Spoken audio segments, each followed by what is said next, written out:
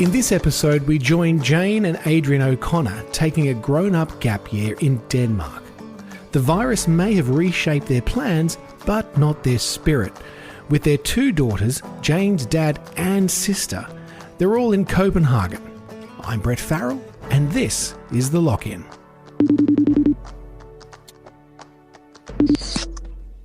There's Jane and Adrian O'Connor. Look at them, I've got them both.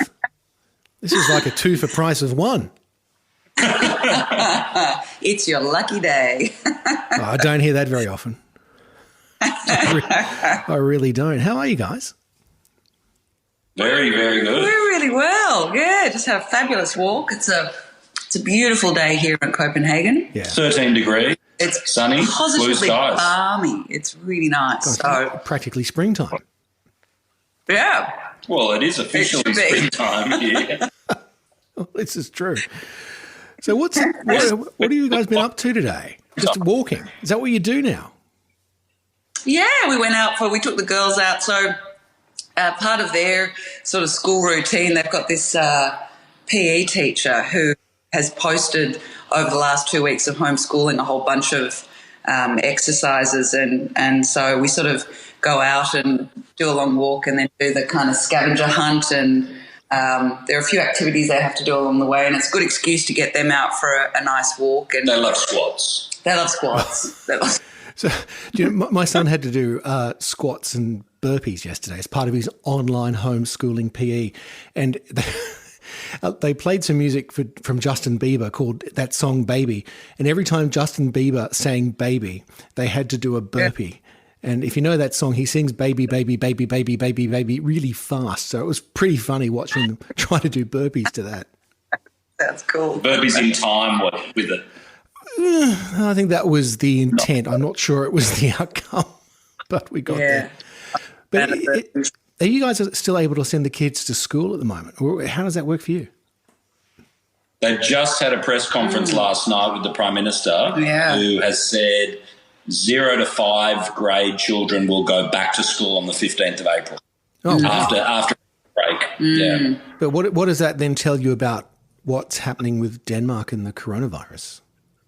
They've handled it really well. The Danish government stepped in really early and proactively and locked down pretty much everything from the 11th of March, and now they're seeing a decline in cases. So they're saying if things go well over the next 2 weeks, schools will reopen and will start slowly opening Denmark up again. Do you know, it's so different to what we're hearing here. The leader of our state, Gladys Berejiklian, today made some comments, and I hope there was more nuance in this than was required, but there was a sense that she says the restrictions in place in New South Wales, where I am in Sydney, will stay in place until they find a vaccine. Yeah. Wow, that's scary, because that could be 18 months. We've heard, but it just makes me wonder, because you guys, it was only in January we were all tucked away at a restaurant farewelling you on your big adventure. And I don't know whether you've dodged a bullet or whether you're worse off. How do you feel? We feel like we've dodged a bullet. We feel really safe and secure. We feel in Denmark. so happy right now. And look, we have our family here too. So, we're FaceTiming Adrian's family, but Dad and Kate are living with us as well, which helps. And we've recently moved into a bigger apartment, so we sort of. So we've got social distancing down even in the apartment. Even in the apartment. a proper big, must be bigger than your place back in Sydney, then, right? Oh, yeah, much bigger. Much bigger, yeah, much bigger. And been a nice distraction to be furnishing it over the last sort of 2 to 3 weeks, because we'd started to order a lot of furniture before the country locked down, and then we were able to, when we moved in, then continue to buy things online and rugs and necessities like toasters and kettles and coffee plungers and everything, because we're furnishing it from scratch, and everything was being delivered within sort of 3 to 4 days, 2 to 3 days. So that hasn't been impacted. Which is great. I mean, it must be nice having well, Jane, I guess your family there with you. But how have your plans changed since all this has kicked off? Oh, look, I think it's, for us, I mean, the purpose of this year was really to spend time with the girls, and we've had that in spades. The homeschooling has been wonderful because... Maybe a bit too much time? Yeah, a bit too much time. Well, I mean, before the sort of school shut down, we were dropping them off to school, catching up, meeting new parents, going to, having coffees with parents and meeting new friends, and that was really great. And it's been welcome because during this period we've had a few reach out to us and say, oh, let's meet up in the park, or let's meet up at this playground, or let's go for a walk together. And that's been really nice. So you're still allowed to do that, get out and about, provided you obey the 2 metre rule, 2 metre distance, and people are doing that. People are really doing that. They're very... So we had coffee with a family the other weekend, and we went and got coffees, and we stood literally 2 metres apart in a big circle having a talk. Yeah. While the kids played in the playground, and, if it got too crowded, you'd just sort of move on. Yeah. And there are enough playgrounds and beautiful parks here to do that. But everyone's being very respectful of everyone's the obeying the rules. And, really the streets are quite empty. You'll go for a walk and you'll encounter a handful of people on the streets, but there's no masses of people anywhere that we've been. But I think at the same time, we also live in the city centre. So we are right in the city. A lot of our friends and most of the parents of the school are in the suburbs, and that's where they're encountering a lot of crowds in the parks. Really? Because they tend to live in certain suburbs, depending on the companies, and they all work for, a small number of big companies here, a lot of the expats who are parents at the school. So they all seem to be in sort of a handful of suburbs. Yeah. So, they go out on a weekend. A few of them are saying, saw far too many kids. There was one example. I think one of the dads said there were 50 people lining up for an ice cream. So wow. They just turned around and walked away. Yeah. They thought, not a good... Gave up. But you must be watching the news from Sydney, from where you are. How do you feel? Because I know you're eastern suburbs locals, but how do you feel about watching what's going on in Bondi at the moment? Oh, disappointed. Really no, you mean the people going down there and abusing? Yeah, that's right.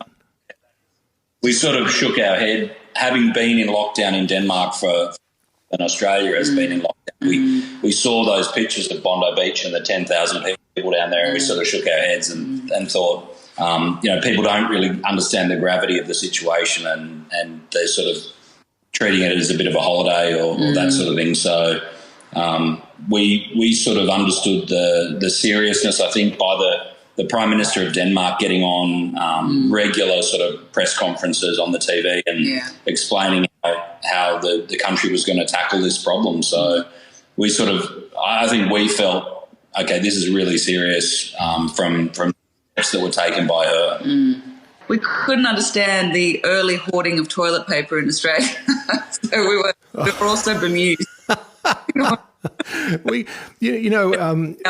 It's moved. Everyone's given up on the toilet paper hoarding now, and believe it or not, last week's statistics were showing people are now hoarding slabs of beer or cartons of beer for those listening on an international audience. That's been the big thing to hoard at the moment. Now, Adrian, I mean, this year is meant to be about getting away for a bit and just relaxing and spending time with the family.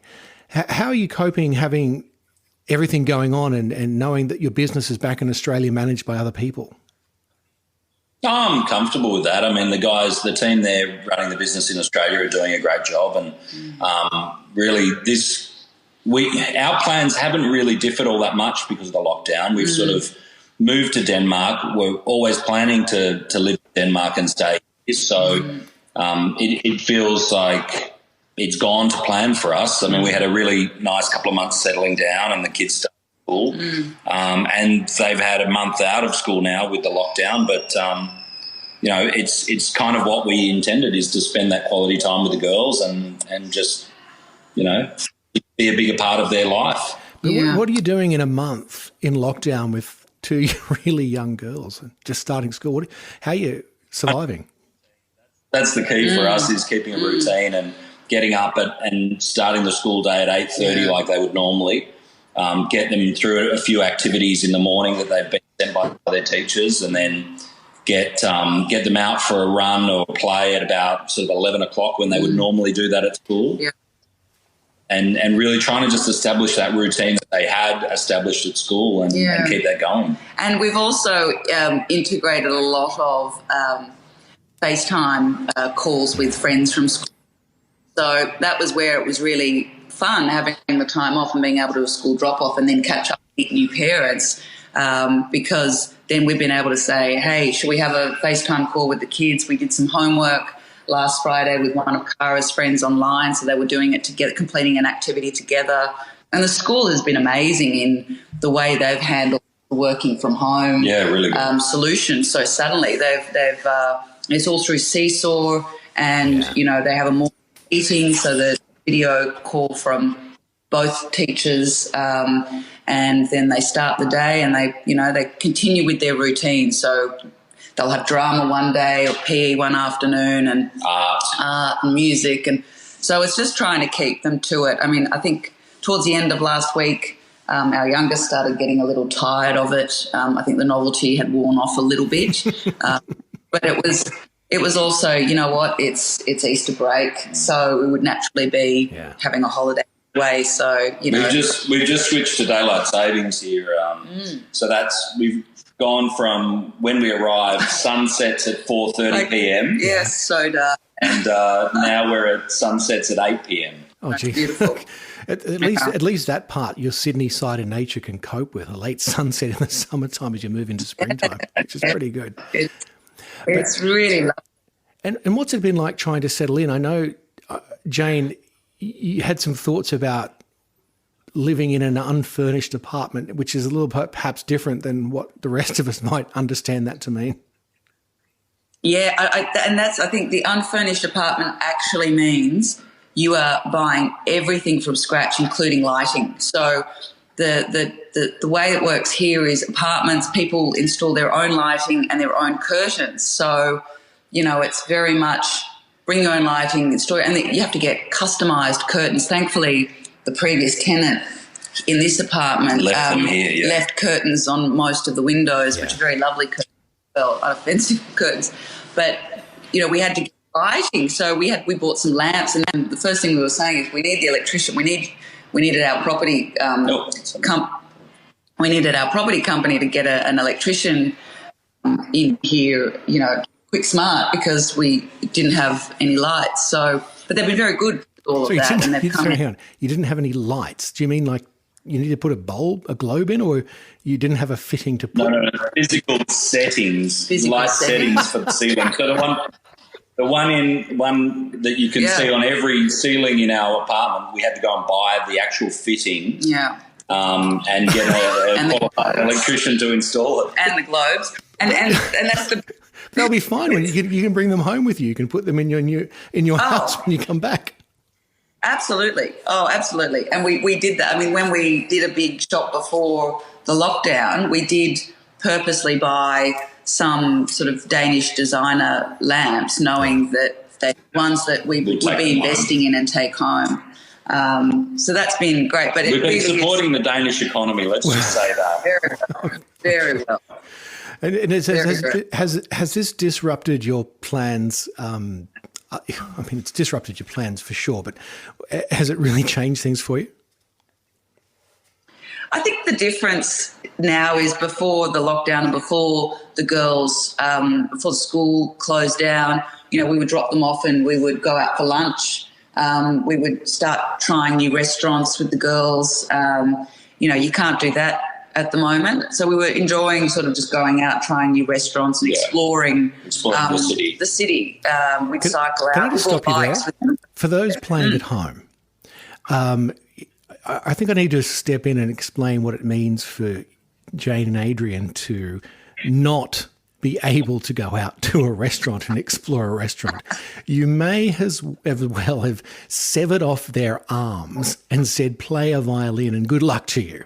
Because these guys, if they can't check out new restaurants, what is life worth living? So here we come to it. How are you both? We had a booking. One of the ironies was we've been trying for years to get into Noma. Every time we're in Denmark, we were trying to book a table at Noma, and finally Jane reserved a table for the 24th of March, I think it was, and that